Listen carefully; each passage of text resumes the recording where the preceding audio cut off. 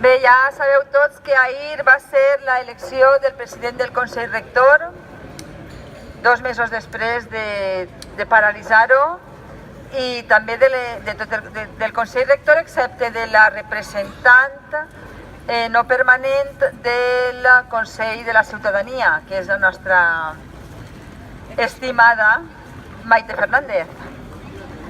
Bé, s'ha ajornat la seva elecció per al pròxim ple, que calculen que serà d'ací un mes, i serà per majoria absoluta dels assistents en aquest moment al ple, i suposem que ell serà elegida. De totes maneres, el Consell Rector ja pot començar a funcionar a l'espera de la seva publicació en el diari oficial.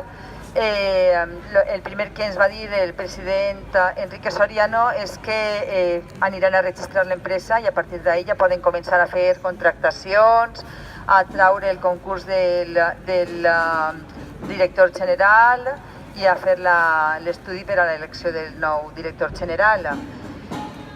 També nosaltres li vam comentar a Enrique Soriano que anem a fer-li una petició formal per reunir-nos amb ell, a veure què és el que pensa fer, en fi, totes les passes que van a fer i si compten amb nosaltres i com van a estructurar tot el tema de la plantilla, a veure si tenim alguna esperança i alguna idea, a veure què van a fer. Per altra banda, continuen els voltors sobrevolant sobre nosaltres el tema de la Ministeri d'Hisenda de Montoro, que amenaça amb aplicar la llei d'estabilitat pressupostària, i també una secretaria d'Estat com és Administracions Públiques vol enviar al Tribunal Constitucional 2 articles i un annex, una disposició novena, perquè diuen que seria inconstitucional. Els articles són els que fan referència a la contractació temporal dels treballadors, són tots nosaltres, i ja sabeu que la setmana passada ho vam comentar, que nosaltres pensem que hi ha moltes coses a dir i que defensar en el nostre favor, com és l'Estatut de l'Empleat Públic i també l'acord de l'ERO, com és tot el tema de les oposicions que se fan amb els punts que es donen als interins. En fi, hi ha moltes coses a dir i per això també anem a demanar una reunió amb la vicepresidenta Mònica Oltra, que és la que es reunirà amb el secretari d'Estat, Antonio Beteta, per exposar-li els nostres plantejaments i les nostres idees per a la defensa i a veure ells què pensen dir i què pensen aportar. Si vol rebre'ns abans o si vol fer-ho a posteriori per contar-nos de què és el que han parlat. Anem a fer ara el minut de silenci i després continuem parlant un poc més.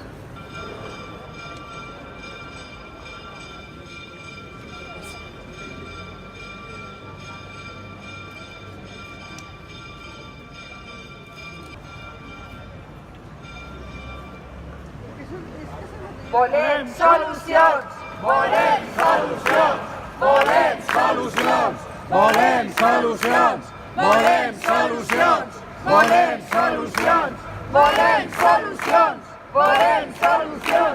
Volem solucions! Volem solucions! Volem solucions! Volem solucions! Tornant a ir a l'elecció del Consell Rector, ja veu veure tots el paripé que va fer el Partit Popular, perquè ni tan sols va donar suport als representants que ells han presentat per al Consell Rector. També excompany nostre, Vicente Cutanda, que va ser delegat en Alacant. Ni tan sols a ell li van donar suport i es va quedar ell amb un pan de nassos sense que els diputats que l'han proposat votaren al seu favor.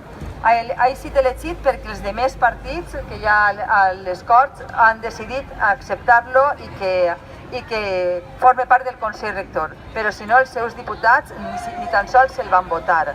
Van eixir de l'hemicicle i tampoc van votar per consens que l'havien elegit el president Enrique Soriano, així és que van donar tota una lliçó de democràcia que no estem, a nosaltres no ens ve de nou, estem acostumats ja a aquestes pràctiques per part del Partit Popular. També vos volem convocar o convidar, perquè ens ha convidat els que organitzen l'acte del darrer diumenge de l'Aplec del Puig, que serà el darrer diumenge d'octubre, el dia 30, a les 12 al Puig.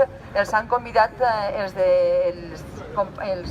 representants d'Esquerra Republicana, que ens acompanyen molts divendres ací a la plaça, i volen que estiguem presents simplement per estar en ells, per acompanyar-los nosaltres com ells ens acompanyen cada divendres ací a la plaça de Manises.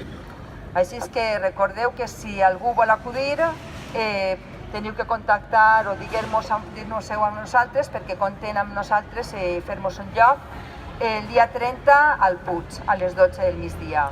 I ara, si algú vol dir alguna cosa més, Albert? Bueno, ben trobats a tots i a totes. Avui, tot i dur el xupetí, vaig a fer una mirada més periodística que no sindicalista de lo que és la situació, no? Esta setmana se presentava un llibre escrit per una periodista, Esperança Costa, sobre una altra periodista, Rosa Solves, una biografia autoritzada i consentida per Rosa Solves, que va ser la primera directora de Ràdio Nou i membre de l'últim Consell d'Administració de Radio Televisió Valenciana SAU.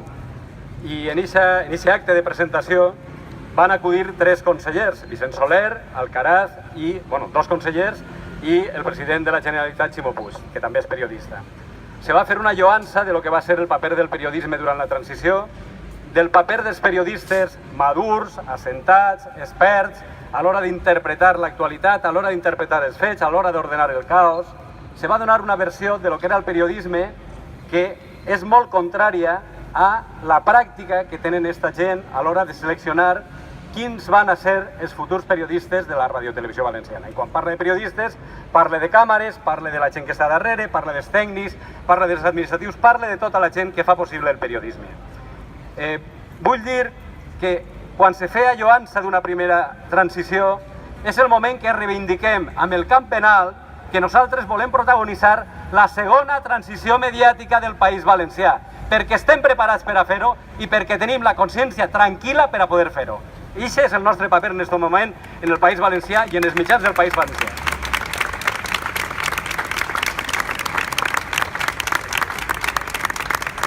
També voldria mirar al nou president del Consell Rector de la Corporació Valenciana de Mitjans de Comunicació amb una mirada periodística. Per tant, no vaig a fer cap judici a priorístic. En principi és una persona que ha estat 25 anys com a lletrat de les Corts, que sap molt de lleis i que li va tocar aplicar una llei i alguns principis laborals que venen de fora de les Corts. Per tant, el que li demana el senyor Soriano i el que en principi crec que podem compartir tots els que estem en aquesta plaça tots els dissabtes és que aplique al peu de la lletra tot allò que li afecta per a la recontractació dels treballadors que estaven en l'antiga empresa. Que aplique al peu de la lletra el que li marca la llei en els pressupostos i en la dotació pressupostària per l'any que ve. Que si atorga un mínim de 50 milions no rebaixe ni un cèntim ni un euro per a dotar aquesta futura empresa, perquè si no el projecte comença ja coixo i comença ell mateix incomplint la llei. Que tinga el valor per a afrontar i dur a l'últim límit la independència respecte al poder polític. Perquè el primer que tindria que fer, encara no està ocupant el càrrec, però el primer que tindria que fer és posar-se roig la cara davant titulars com el que avui diuen que Puig vol llevar privilegis als treballadors per contentar el govern central. Això és una ingerència directa del Consell en el que és la seva actuació. I havien fet una llei precisament per a que fora plural, independent, apartidista, que comença des del minut zero el senyor Soriano a reivindicar una acció de govern, de direcció general, de presidència del Consell, apolítica, apartidista i independent dels partits polítics. Té que ser des del minut zero quan diga aquí estic jo i el meu Consell Rector. I anem a fer una tele diferent de l'anterior, conforme ha sigut la llei que han tret. Per tant, com a periodista el que demana és que els fets siguin coherents amb les lleis i que qui tinga que executar la llei que siga coherent amb els fets que van prometre. Res més.